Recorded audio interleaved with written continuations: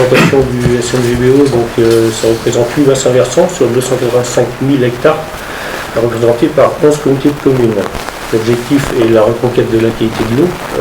C'est un travail qui a été développé depuis de nombreuses années, en participant déjà à la reconquête concernant les nitrates. Donc déjà notre travail a été déjà établi sur ce point.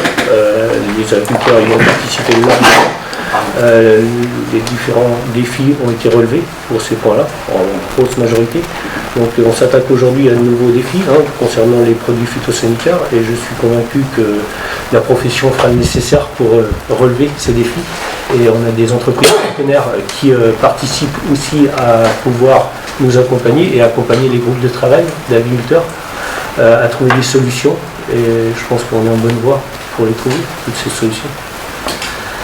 Donc voilà, je passe la parole à Eric. Au niveau de l'association, on parlera un peu du détail de ton exploitation. Donc Merci les Algues est une association qui est toute neuve, qui vient de se créer, dont le message, c'est la vocation, c'est de réduire l'utilisation de la chimie en agriculture, grâce à l'utilisation des algues, et qui s'appuie sur une grosse partie de la R&D qui a été faite dans le groupe Olmic depuis maintenant 20 ans, et qui a permis au fil du temps de construire des programmes, que ce soit pour les productions végétales que pour les productions animales, visant à réduire l'usage des antibiotiques en animal et l'usage de tout ce qui est pesticides en culture.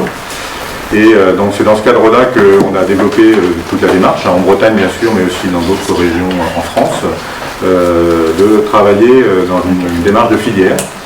Puisque Merci les Algues constitue comme une association c'est une marque qui est mise à disposition des filières. On y retrouve des agriculteurs, on va y retrouver des transformateurs qui vont ou faire du blé ou faire des œufs, etc. On y retrouve des distributeurs et on y retrouve des sociétés qui proposent des solutions pour réduire la chimie à base d'algues. Donc voilà la grande démarche. Et donc on est en train de construire des filières complètes qui vont du consommateur jusqu'à l'agriculteur, parce qu'on sait très bien que c'est le marché qui tire. Et après avoir travaillé beaucoup sur la partie volaille, porc, là on est en train de construire une filière végétale avec des meuniers pour mettre en place sur le marché donc des cultures sans pesticides, sans fongicides, et qui permettent d'améliorer notamment le blé du porc. Il y a des entreprises comme Cocorette avec qui on va commencer aussi les œufs. Il y a les moulins Polic qui font de la farine, et on commence à... Et vous faites partie de l'association? Oui, en tant qu'agriculteur. Alors il faut savoir qu'on est en démarrage, vous arrivez à un moment quand même qui est clé, c'est qu'on lance l'association et on l'ouvre à tous les partenaires de la distribution, et on a déjà commencé d'ailleurs dans le cadre de produits Merci les Algues, on a déjà pris contact avec des grands distributeurs qui rentreront certainement dans l'association. Donc il ne faut pas donner de nom aujourd'hui, mais c'est une démarche qui sera portée par l'ensemble des filières. Je suis vice-président sur Boost Moyen, et du coup, je voulais remercier Stéphane de nous recevoir, que je connais bien. Et puis les partenaires qu'on a sur le territoire, on a une chance, on l'a entendu, on a des partenaires qui sont des distributeurs agricoles, on a des partenaires techniques qui sont plus des groupes de développement. On travaille beaucoup aussi avec la Chambre d'agriculture. Donc on n'a pas une seule ouverture ou un seul axe de communication ou de réflexion. Notre mission a été pendant 20 ans la reconquête de la qualité de l'eau. Et aujourd'hui, notre discours il est clair, il est la protection de la ressource. Entre la protection de la qualité de l'eau et la reconquête, vous avez trouvé la nuance. Quand je vois dehors la qualité du couvert en place, on n'est pas encore mi-octobre, mais on a un couvert qui est de super qualité, qui est bien développé. Bon, après, on a une météo favorable pour qu'il se développe, mais avec ce sont déjà des choses c'est la base. Et quand on a des sols couverts de cette qualité-là, on sait que tout ce qui est ruissellement, que ce soit érosion mécanique, mais aussi ruissellement des diverses molécules, c'est vraiment le meilleur filtre qui existe, quoi. Donc nous aujourd'hui, c'est vrai qu'avec des programmes comme Merci les Algues, on regarde, on met aussi ces choses-là en avant. voilà, à côté de toutes les actions qui existent. Voilà. Il n'y a pas de partenariat privé ou officiel. Non, voilà, C'est une action de promotion quoi, de cette démarche. Ben, voilà, on regarde ça parallèlement aux autres actions. Toutes les actions sont bonnes à prendre. Tout ce qui peut contribuer à la qualité. Voilà, ça rentre. Voilà. Stéphane, tu l'as dit, un système comme le tien, tu n'es pas parti dans le choix du bio, mais tu es parti dans une évolution du modèle standard. Et voilà, c'est des choses que nous on prône. Si quelqu'un veut partir sur le bio, voilà, il peut avoir des accompagnements. Si quelqu'un veut réfléchir à faire évoluer son système standard, il y a aussi des accompagnements. La finalité derrière tout ça, c'est que voilà, les acteurs du territoire continuent à être là et surtout gagnent leur vie sur le territoire. Et s'ils gagnent leur vie, ils vont pouvoir investir dans des nouveaux process pour plus évoluer. Et ça, c'est la base. Après voilà, quand l'agriculteur se sent bien et qu'il gagne sa vie, il y a déjà une grosse partie du travail qui est fait. On arrivera plus facilement à le faire réfléchir sur des nouveautés, quoi. Donc en fait, je vous propose de commencer par un peu vous expliquer quelle est la démarche et d'où ça vient. Parce qu'on est dans l'agriculture. Dans l'agriculture, c'est tout sauf immédiat. C'est sur un temps long. Donc c'est un cheminement. Il faut être prêt à évoluer, mais étape par étape, quoi. Donc bien sûr l'objectif c'est la reconquête de la qualité de l'eau. Nous on le voit bien en tant qu'éleveur. On sait que l'eau c'est le deuxième élément de la vie, hein. Le premier étant l'air, le deuxième étant l'eau comme je le dis, et puis ensuite c'est l'alimentation, mais donc l'eau c'est vraiment important. Et partant de là, si vous voulez, sur l'exploitation, il y a quelques années, on avait déjà à calculer avec l'école Paris-Grignon la capacité nourricière d'une exploitation comme la nôtre. Et sur la ferme, ça m'avait surpris hein, le chiffre, mais on avait mis en évidence qu'on nourrissait plus de 14 000 personnes. Alors au-delà du chiffre, moi ce que j'avais compris, c'est que ça responsabilise. Hein, parce que quand on a plus de 14 000 personnes derrière qui vont manger de nos produits, ça engage quand même. Donc on s'est depuis engagé dans donc baisser les résidus et en même temps réduire l'empreinte carbone. Donc on a commencé, vous avez compris, on a 5 poulaillers, donc on est éleveur de volailles. Donc ce qui nous importait, c'était la maîtrise sanitaire de nos volailles pour ne pas faire de traitement antibiotique, sauf exception. Ça n'interdit pas le jour où nos animaux en ont vraiment besoin, mais en gros, pour vous donner une idée, hein, ça fait 4 ans qu'on n'a pas utilisé d'antibiotiques. Donc je pense que là-dessus, on a pas mal réussi. On est également sur une autre thématique qui est toujours sur la réduction de ne plus utiliser d'énergie fossile pour le chauffage. Première énergie chez nous, c'est le chauffage. Donc on a commencé sur un bâtiment en bois. Et donc on a prévu de chauffer tout notre élevage avec du bois. Donc on est sur ce dossier-là. Donc ça avance pas assez vite pour moi, qui suis plutôt entreprenant, mais bon, il faut cocher toutes les cases en fait. Mais par contre, sur les cultures, il y a aussi un gros impact. Donc sur les 120 hectares, qu'est-ce qu'on fait? En fait, un des premiers éléments, c'est la fertilisation. Donc la fertilisation, quand on a de l'élevage, c'est peut-être un peu plus facile dans la mesure où on produit donc des fumiers qu'on transforme en compost. Ce compost-là, donc on y ajoute des bactéries et le but étant d'augmenter le taux de carbone dans les sols et d'avoir des sols qui vivent. Vous voyez derrière nous, on a une culture qui est implantée non pas pour la vendre, mais pour activer le sol, avoir une vraie vie toute la période où il n'y a pas de culture dans le sol. En fait, les plantes captent l'énergie du soleil et poussent. Hein. Vous voyez, il y a des capteurs solaires sur les bâtiments, mais il y en a aussi dans le champ, même si on n'y pense pas, mais pourtant ça en fait partie. Donc, et en plus, on limite, alors pour l'eau, application directe, pendant que les plantes poussent, on limite, voire on supprime le lessivage, puisqu'il y a forcément encore de l'azote dans le sol, ce qui est normal, sinon le sol ne vivrait pas. Et donc tout l'hiver, les plantes qui sont en place là, captent la vie du sol pour éviter les fuites dans le milieu aquatique. Par contre, donc, quand en cours de culture, on utilise des engrais en plus de notre compost, puisqu'un blé notamment a besoin d'un apport d'azote, on n'utilise pas, on met pas l'engrais n'importe comment. Donc là, un peu, merci la technologie, puisque depuis quelques années, on utilise un matériel qui permet d'avoir pratiquement 0 redoublement. On est super précis sur la mise en place des engrais. C'est piloté par GPS Et puis, alors à 2 moments de la culture, on fait un passage de drone. Hein. J'ai une carte ici pour vous illustrer ce que je vous dis. En gros, on fait passer un drone au-dessus des parcelles. Le drone cartographie la parcelle et ensuite donc, il détermine 2 choses, le besoin en azote des plantes et la masse de végétation dans la parcelle. Le lendemain, nous, on rentre ce fichier-là dans le boîtier de l'épandeur d'engrais et puis l'appareil module tout seul. Donc, sur une parcelle, on peut avoir de grosses variations, hein, jusqu'à 50% de différence. Mais en fait, quand on va mettre plus, c'est parce que le blé va le valoriser, et quand on va en mettre moins, c'est parce qu'il n'y a pas plus de potentiel que ça, donc ça ne sert à rien d'aller mettre trop d'engrais.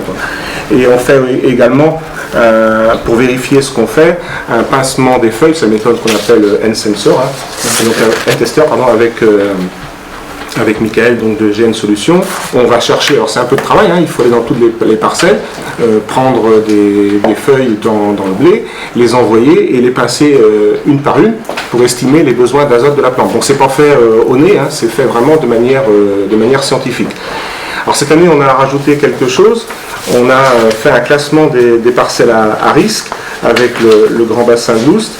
Hein, donc en fait le but, il y a un exemple, en l'occurrence c'est la parcelle qui est là, ici on a un terrain en pente, donc pour éviter d'avoir du lessivage, du ruissellement en période notamment de forte pluie, il est prévu l'implantation d'un talus qui va être boisé, hein, avec des essences de bois. Et on a plusieurs parcelles comme ça de prévues, donc il y a des kilomètres en fait de plantation de talus et puis de bois sur ces talus-là. Et je pense que là on a vraiment quelque chose à faire pour, quand on connaît bien ces parcelles, que ça a été vraiment bien identifié, on n'aura vraiment plus de ruissellement à aller dans un ruisseau quand il y en a en dessous, en tout cas, ou sur la route parfois aussi quand c'est le cas, quoi. On a autre chose qu'on a fait, parce que en fait c'est un cumul, hein. On utilise ce qu'on appelle des OAD, des outils d'aide à la décision.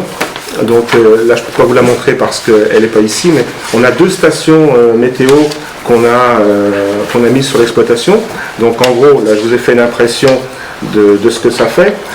Ça mesure la pluie, la température, l'humidité, la vitesse du vent, et ça nous donne les périodes ou non. Par exemple, quand c'est rouge, on sait qu'on ne doit pas intervenir dans une parcelle.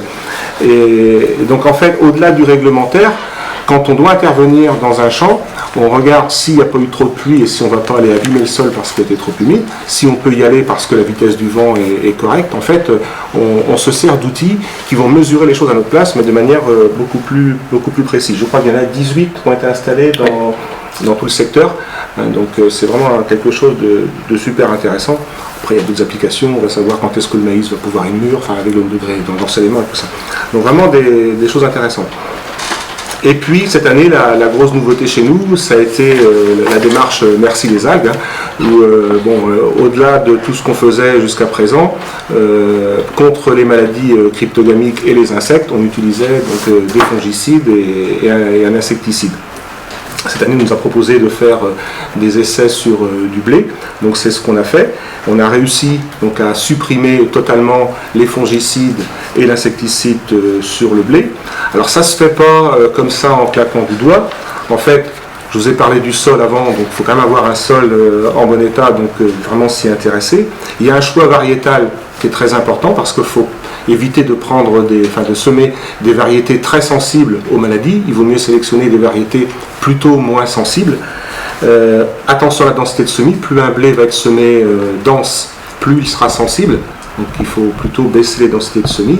Et évidemment la rotation, parce qu'on sait que céréales après céréales, les maladies restent dans le sol, dans les débris végétaux et peuvent repartir. Donc dès lors qu'on a fait attention à ces parties-là, la pratique consiste donc à remplacer ces fongicides et ces insecticides par des sources d'algues et d'oligo-éléments.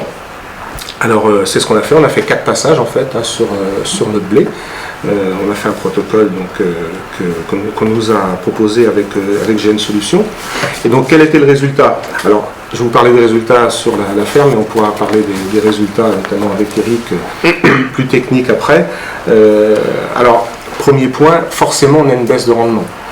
la chimie, elle corrige à peu près tous les défauts, donc on a une baisse de rendement.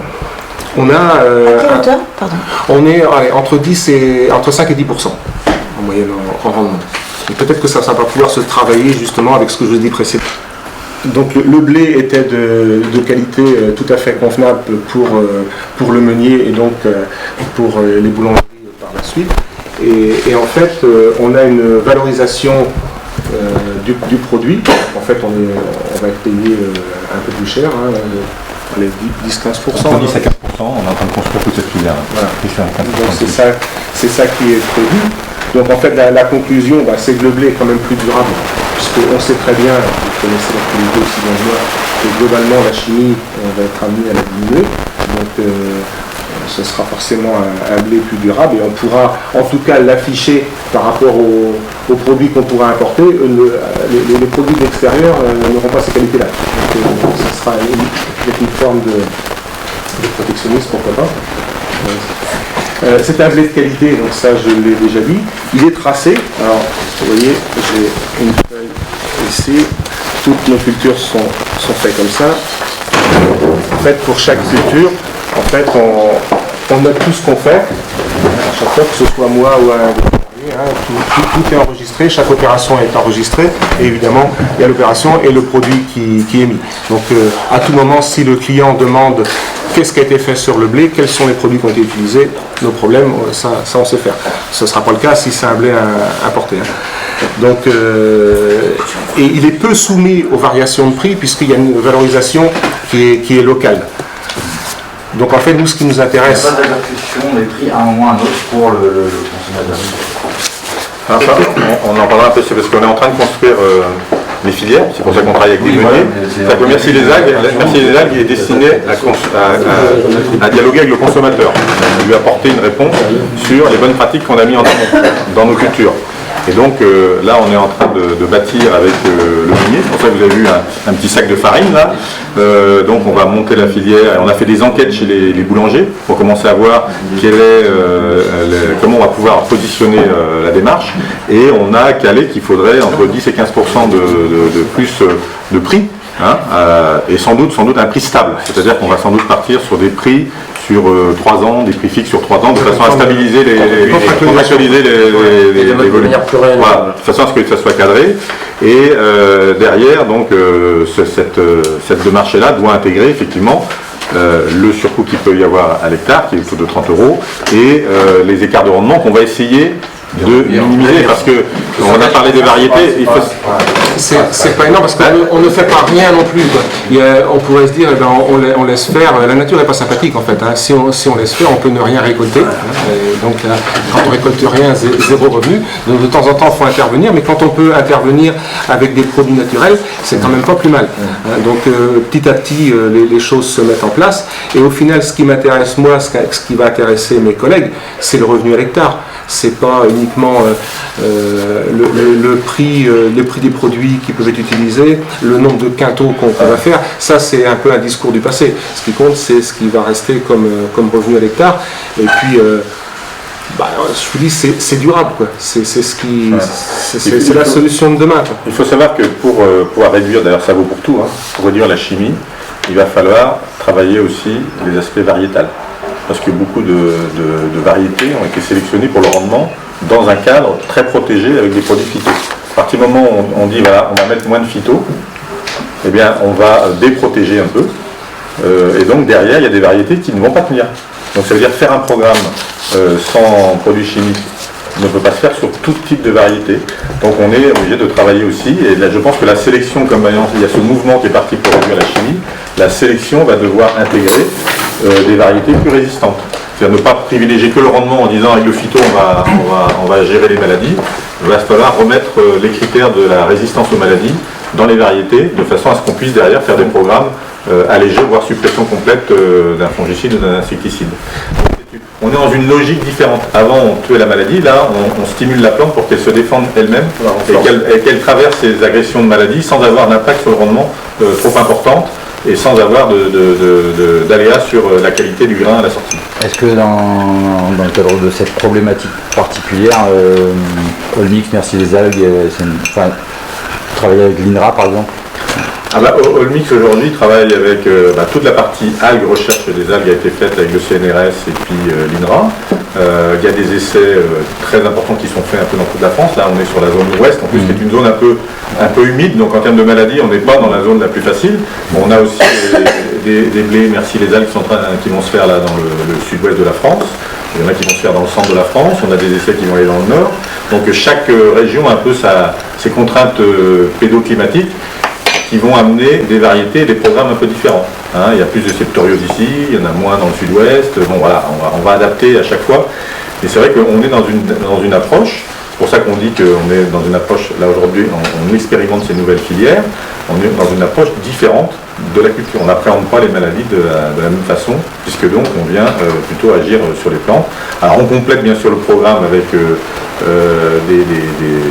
des produits qui sont de bioprotection. On peut mettre des produits qui viennent compléter nos programmes d'algues. On a mis du soufre par exemple qui est en biocontrôle, qui est un produit en biocontrôle qui est utilisé aussi dans des productions bio. Donc on vient compléter notre programme à base d'algues.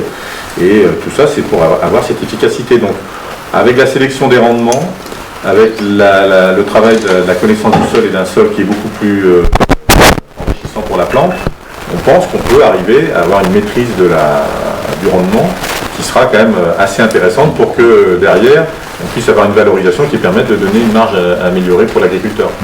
Donc, alors on a eu un autre aspect aussi, c'est que tous les blés ont été récoltés, ont été échantillonnés avec parcelle sans. Notre meunier qui s'appelle Polic, aujourd'hui c'est avec Polic qu'on a lancé la filière ici en Bretagne. On a analysé tous les blés avec le PS, le taux de protéines, leur capacité boulangère, etc. On était d'ailleurs encore hier là-bas pour analyser tous les blés. On n'a pas eu on n'a pas de problème de tout. On a eu un peu moins de PS mais un peu plus de protéines. Mais globalement, tout le programme est bien passé. Et après, nous, on a fait aussi tous les contrôles sur les mycotoxines qu'il pourrait y avoir sur le grain, parce que ça peut être un problème du grain protégé différemment, et puis on a des mycotoxines à la sortie. Donc là, on n'a pas du tout de problème de mycotoxines, tout est sorti dans les normes. Et là, on va avoir prochainement tous les contrôles de résidus, tous les échantillons. On fait également tous les contrôles de résidus. On va avoir prochainement. Et on a bon espoir parce que ça fait déjà 3 ans qu'on fait ça, à chaque fois on a fait des mesures, on a bien vu qu'on n'avait pas de résidus et que derrière ça fonctionnait, donc on confirme tous les ans un peu plus cet aspect-là, mais là on va avoir un échantillon un petit peu plus large parce que on est déjà 20-25 agriculteurs qui ont démarré, qui vont reconduire l'année prochaine, on va en avoir dans le sud-ouest, on va en avoir dans le centre, donc notre expérience sur la culture va progresser. On va rencontrer, on va en faire plus. Ah oui, on va en voir plus. On va en faire au moins 4 ou 5 fois plus l'année prochaine. 20-25 agriculteurs, c'est pour la région ouest ou pour l'ensemble? Ici, la zone ici. Oui, voilà. Dans le territoire ici. Et qui représente quelle surface On avait fait 100 hectares, 105.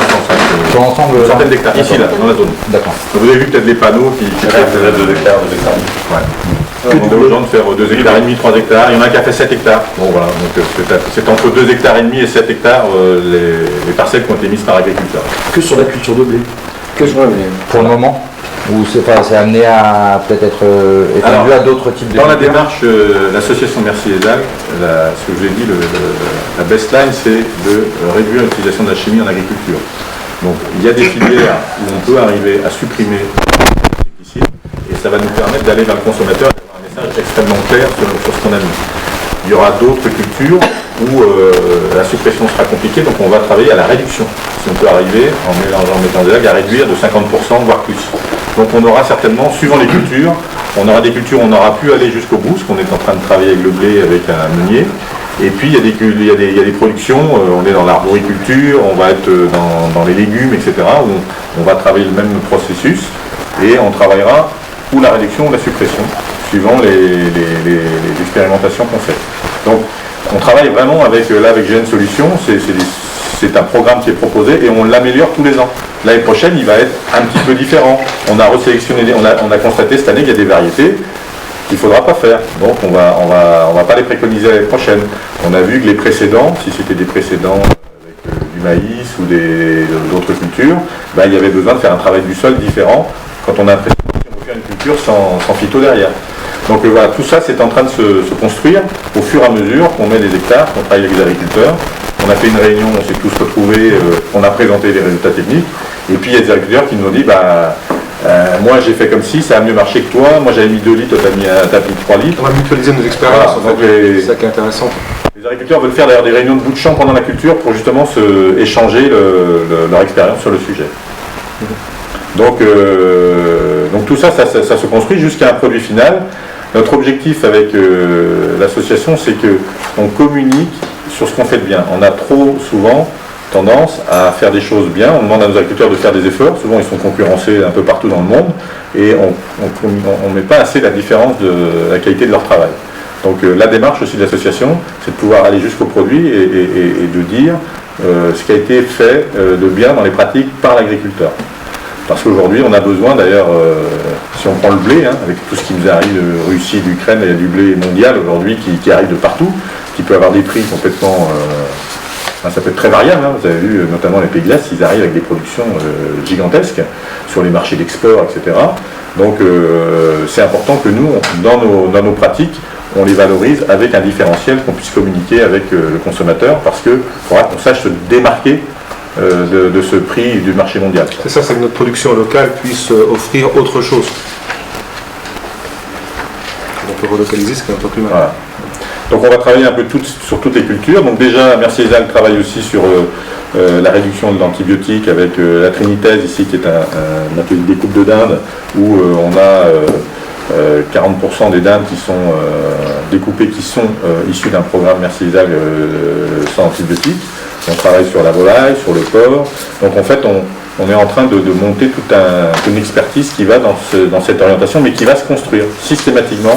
Il faut qu'on ait des partenaires pour la mise en culture dans les élevages, pour la transformation, et puis pour la distribution. C'est pour ça que cette démarche-là, on la présente à des Pomona, à des Brec, à des gens qui vont acheter les produits, à des Carrefour, à des Auchan. Ils sont venus nous voir, on leur explique la démarche, et je peux vous dire que la démarche fonctionne bien, notamment si vous avez le document qui est marqué, en fait c'est une filière de la mer à l'assiette, c'est-à-dire qu'il y a d'abord une filière algues qui existe, et à côté vous avez une filière ou blé ou animal. Donc en fait c'est deux filières qui sont régionales, les deux, qui se rencontrent pour pouvoir faire un produit de qualité. Et donc là toutes les algues sont récoltées sur la côte sud ou de la côte nord. Donc il y a une vraie filière, pour arriver à un produit qu'on met sur les plantes, il y a une vraie filière en amont de la récolte de l'algue, transformation de l'algue, etc. Et à côté, on vient s'associer avec les filières animales ou végétales. Et ça, c'est une originalité qui permet d'avoir une communication aussi assez positive. C'est-à-dire qu'on fait une amélioration, mais on ne la fait pas avec des choses qui viennent encore de je ne sais où. On a remplacé des produits chimiques par d'autres produits qu'on ne sait pas d'où ils viennent. C'est clairement... On est dans du régional, on travaille avec des productions et des savoir-faire qu'on a dans la région. C'est quoi concrètement l'effet bénéfique des algues sur les plantes Comment c'est appliqué Est-ce que c'est les mêmes algues qu'on utilise sur les plantes et pour les volailles finalement? Parce que c'est utilisé aussi pour les volailles ou en porc, il me semble. Ouais. Enfin, comment ça fonctionne? Vous pouvez me dire. Ça a démarré d'abord avec les productions animales. Et à la base, c'était avec les algues vertes, l'ulve qui est ramassée, qui est collectée avec la Sica Saint-Paul là-haut. Et c'est avec là qu'on a commencé à faire toutes les gammes de produits animaux qui jouent sur l'immunité, donc déclencher l'immunité des animaux pour qu'ils soient mieux résistants, la digestibilité et tous les capteurs de mycotoxines qu'il peut y avoir dans l'aliment pour éviter que les animaux soient agressés. Donc c'est les trois sujets qui ont été faits. Alors c'est pas de l'algue qu'on met brute comme ça, c'est des algues qui sont, c'est un peu comme le process de l'algue, c'est un peu comme la vigne. Ça, dans l'usine qui est toute neuve d'ailleurs maintenant à Bréant, qui sera inaugurée prochainement, c'est comme le vin, vous avez le jus d'un côté, le marc de l'autre. Avec le marc, on le remélange souvent avec des argiles, il va travailler beaucoup sur le capteur de mycotoxines, et avec le jus, on vient extraire les polysaccharides qui sont justement des molécules actives qui viennent déclencher l'immunité chez les êtres vivants. Et on le constate chez les animaux, on le constate chez les plantes, et là on a des essais très importants en ce moment sur l'humain. parce qu'on s'aperçoit que également les MSP qui sont issus des algues amènent du plus sur l'immunité des gens, notamment après des opérations un peu lourdes, pour retrouver leur immunité. Donc il y a des essais qui sont en train de se mettre en place aujourd'hui. Donc la molécule d'algue a des effets sur tout ce qui est vivant. Et donc c'est pour ça qu'on le retrouve dans l'animal, dans le végétal et dans l'humain. Donc voilà, donc après sur les plantes, on est plutôt allé sur les algues rouges. Les algues rouges, alors le bassin d'algues rouges, il va de l'île Dieu jusqu'à Belle-Île. C'est là que vous avez tout le champ d'algues rouges qui est là, ça s'appelle la Solaria. Et ces algues rouges viennent se déverser, notamment à partir de maintenant, à l'automne pour l'hiver, ou sur la Vendée, où là, Omnis a une zone avec des pêcheurs pour les récolter, pour les laver, les récolter, ou sur la presqu'île de Ruisse. Vous avez sur la presqu'île de Ruisse aussi des quantités importantes d'algues rouges qui sont arrivées là. Et ces algues rouges, là, on a trouvé effectivement des actifs qui sont plus pertinents sur les plantes. Dans les essais qu'on fait, c'est plutôt au niveau des plantes qu'on arrive à mettre l'algue rouge en plus grosse quantité. Donc après, c'est des mélanges, parce qu'il y a des essais qui ont été faits, et donc c'est sur un mélange algue verte et algue rouge, où toujours on travaille sur la défense des plantes, le déclenchement de l'immunité des plantes, et puis au niveau du sol aussi, toute la flore du sol pour qu'elle soit plus vivante et qu'elle permette d'améliorer la nutrition de la plante. Donc c'est un travail qui est fait, ça fait 20 ans, INRA, CNRS, c'est vraiment des essais. On a des contrats cadres, il y a des contrats cadres avec ces organismes pluriannuels sur des offres de recherche qui continuent à se faire. Il y a 700 variétés d'algues, là on en a parlé de 2, c'est-à-dire que le champ d'exploration est encore vaste. Et vous le voyez, l'algue aujourd'hui, comme c'est toute la vie végétale sur Terre est issue des algues. C'est la conquête c'est les algues qui ont démarré. On vient tous de la mer. Et donc c'est pas étonnant que génétiquement il y a un fonctionnement qui marche bien. Donc voilà, donc tout ce programme. Alors ça n'empêche pas, je vous dis, on met du soufre aussi, on vient associer aux algues. Les algues ne font pas tout, elles font une grosse part justement pour donner l'immunité et puis la vigueur aux plantes, mais derrière on vient rajouter des produits qui sont des produits biosourcés, sur du biocontrôle, des choses comme ça, qui vont venir aussi compléter. Mais l'objectif c'est qu'à la fin, on ait réduit les IFP et la pression de la phyto et de la chimie sur l'agriculture. Je ne sais pas si j'ai été peut-être un peu long. Pas d'effet secondaire indésirable des algues dans le sol, est-ce que pas prédictive Non. Alors c'est vrai qu'il y avait les algues, avant nos paysans, ils allaient même la chercher sur la plage pour la mettre dans les terres. Et c'est plutôt s'il y avait mettait du sable ou du sel des fois. À nous, tout est lavé, donc on n'a pas cette contrainte-là. Les algues ne sont pas toxiques non plus. Et c'est pas toxique. Et puis en plus, on travaille sur des extraits. Sur des extraits, il n'y a pas de goût algue. Le blé, le pain, il sent pas l'algue quand on fait ça. Après, vous avez des gens qui peuvent mettre des petits bouts d'algues dans leur pain. Ça, c'est une autre approche, une autre recette. Nous, on est plutôt on va chercher les actifs dans les algues pour agir sur le vivant. Donc il y a d'autres solutions, bien sûr, mais celle-ci est quand même très prometteuse et on voit que l'algue est en train de se développer un peu partout dans le monde. D'ailleurs, la ressource, il faut qu'on soit très vigilant. Les zones de collecte, on va peut-être même en cultiver dans les marais aussi pour essayer de maîtriser un peu ces cultures-là. Mais c'est une solution intelligente et qui, si on veut aller vraiment vers la réduction de la chimie, il faut qu'on expérimente ces solutions. Il faut trouver des solutions dans la nature en fait. Et c'est voilà. Alors maintenant, il y a l'aspect variétal. Je vous l'ai dit, il ne faut pas que les gens imaginent qu'il y a un mâle, un produit, quoi. C'est une démarche différente et qu'on va faire évoluer, qui sera adaptée à chaque terroir. À chaque même, toi tu parles des parcelles où tu adaptes les engrais en fonction de, on adapte, c'est une approche quand même qui est un peu différente et qui sera amenée à progresser tous les ans. C'est pour ça que l'association vient mettre en lien tous les acteurs de la filière. Ça ne peut pas fonctionner si chaque maillon de la filière n'est pas impliqué d'une façon ou d'une autre. C'est pour ça qu'il faut échanger, que ce soit entre nous agriculteurs ou entre membres de la filière. C'est pour ça qu'il y a un club, on appelle les fermiers Saga, c'est Solutions Alternatives grâce aux algues. Les fermiers Saga qui se regroupent, ils sont une trentaine maintenant, et puis on a des demandes, on a eu pas mal de gens qui ont été interpellés et qui s'interrogent, et on voit que quand on les réunit, ils sont intéressés pour aller plus loin, pour s'échanger des pratiques et pour dire que moi j'ai fait comme ci, comme ça. Et c'est ça qui va être intéressant aussi, c'est que ça va travailler avec les agriculteurs qui ont l'œil du terrain, quoi. Saga, ça a changé de nom. Ah bah l'algue verte, elle est mauvaise quand elle se décompose et puis qu'elle se pourrit, quoi. Mais comme n'importe quel légume, vous le laissez en un tas, à un moment donné, vous allez voir qu'il va plus être bon, quoi. C'est pour ça que quand elle arrive, l'algue, on a 24 heures pour aller la chercher, sinon après c'est plus algue, même l'algue rouge. Hein. L'algue rouge, alors qui est sur les lieux, c'est pareil, elle se décroche, elle pousse au fond sur des grandes zones, et quand vous avez des tempêtes, elle se décroche. Et quand elle arrive sur la plage, pour parler des quantités, on récolte ça dans une commune de Saint-Hilaire en Vendée, ça fait 500 mètres. Il peut y avoir 30 000 tonnes de l'algue qui arrivent. 500 mètres, pas d'un coup. Hein. Sur la saison d'hiver, on a dénombré qu'on pouvait avoir 30 000. Nous, on en prélève. Au total, on est autour de 10 000 12 000 tonnes d'algues pour le groupe entre les vertes et les rouges. Donc, il y a une quantité d'algues qui se décroche naturellement et qui vient là. Mais on aura aussi de plus en plus le développement de la culture. Oui, c'est ce que, pour en revenir à la question de il y en a qui le font en pleine mer. Si ça marche demain, voilà, au-delà, il faudra développer la culture de l'algue. Voilà, la culture de l'algue. Alors il y en a qui le font dans des bassins un peu classiques et nous on est en train de travailler, on peut le dire clairement, parce que c'est connu avec la commune là-bas. Tous les anciens marais salants, il y a des hectares et des hectares qui ne sont plus utilisés.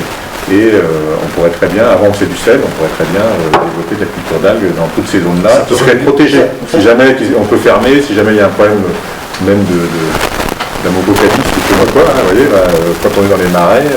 Ça peut modifier la territoire aussi, parce que ce sont des zones qui ne fonctionnent plus en fait. Ouais, souvent c'est en train de dépérir, et il y a beaucoup de gens d'ailleurs, quand on a lancé le projet, qui sont passionnés de remettre en vie tous les marais, parce que c'est des algues bio qu'on ferait, quoi. Donc il y a un aspect ressources qui va être aussi important, mais aujourd'hui il n'y a pas de souci par rapport aux quantités. Parce qu'on a toujours dit que la prolifération des algues vertes était liée à la production intensive. L'accélération qu'il y a eu à un moment donné. Voilà. Mais aujourd'hui, vous aurez finalement, on a profité entre guillemets d'une agriculture intensive. Non, il y aurait eu les blooms quand même. Là maintenant, vous avez, les niveaux de nitrate ont baissé. Ouais. Vous avez quand même des blooms. Quand vous avez des températures comme c'est monté cet été là, à 37, 40, et que vous avez des plats, la mer se retire sur je ne sais pas combien de kilomètres, et que vous avez sabot sur du sable chaud, vous avez une eau chaude. Le changement climatique. Vous avez des blooms d'algues vertes qui ont toujours existé. Ouais. Maintenant, ça n'empêchait pas de faire tout le travail qui a été fait sur les cours d'eau, les bandes enherbées près des cours d'eau, enfin tout ce qu'ont fait les agences de l'eau, les syndicats de l'eau ont été utiles, hein. Mais ça n'empêche pas qu'il y aura toujours des blooms d'algues vertes naturelles. Il y en a dans d'autres régions du monde, et ça on l'a certainement un peu favorisé à un moment donné. Maintenant, on en aura toujours assez, quoi. Mais le bloom, non, n'est pas lié à la production intensive. Le fait qu'à un moment donné, il y en ait eu plus, ça a été des pollutions qui peuvent venir d'agriculture, mais aussi des stations d'épuration, enfin tout n'était pas nickel dans toutes les villes. Là aujourd'hui, il y a une baisse quand même assez importante, c'est pour ça d'ailleurs qu'au niveau des bassins, le travail sur le nitrate a été quand même bien fait, et puis ça a réduit, il y a peut-être encore des zones à faire, mais il y a eu beaucoup de réductions, mais ça n'enlèvera pas le bloom. Il y aura toujours des blooms d'algues vertes, il y en a mixtes, donc sur les pommes de terre, on va le faire. Je sais que déjà dans la vigne, même pour les gens qui font du bio, parce que c'est le problème en bio, ils ont plus de passages même en bio que quand ils sont pas en bio. Un gros problème de cuivre qui tombe souvent sur le sol, les terrains deviennent assez saturés. Et on a des programmes où là on n'est pas en suppression complète, mais on arrive à réduire l'utilisation du cuivre de façon extrêmement importante, ce qui serait même pour les gens qui sont en bio vachement très important, hein, parce que il y en a qui commencent à avoir des gros problèmes de sol sur le cuivre. Alors ils ont des techniques, hein, vous voyez, par exemple, maintenant ils mettent des enjambeurs, et quand ils traitent le cuivre, ils aspirent en dessous. C'est-à-dire que il y a le cuivre qui va sur les feuilles qui les protège, il reste, et tout ce qui serait tombé au sol, ils essayent de l'aspirer, de le capter, pour que derrière, déjà, ils n'en mettent pas trop sur le sol. Parce qu'avant, les premiers qui mettaient du cuivre, c'était des espèces de grands nuages de cuivre, là. Il y en avait autant sur le sol que sur les plantes, quoi, hein. Donc là, maintenant, déjà, des meilleures pratiques avec de la mécanisation, et maintenant des produits qui peuvent aider le cuivre à avoir son efficacité, et donc à réduire sa contenance.